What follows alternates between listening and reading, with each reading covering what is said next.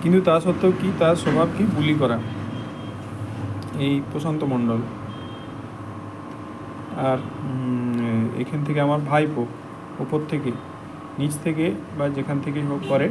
আর এদিকে রাকেশ পাল তার ছাত্ররা কোন ক্লাস পর্যন্ত পড়ায়, সে ক্লাস 5 থেকে 12 পর্যন্ত পড়ায়। তো এদের কাজই এই বয়সে সাধারণত বুলিটা একটা অনেক বড় ইস্যু, এবং তারা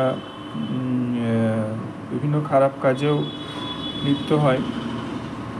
এবং মেইন সমস্যা হচ্ছে বুলি করাটা। তো এই বুলি এখন এমন একটা, এটার জন্য একটা এটা জনগণ, প্রশাসন, সবাইকার একসাথে এর পিছনে কাজ করা উচিত।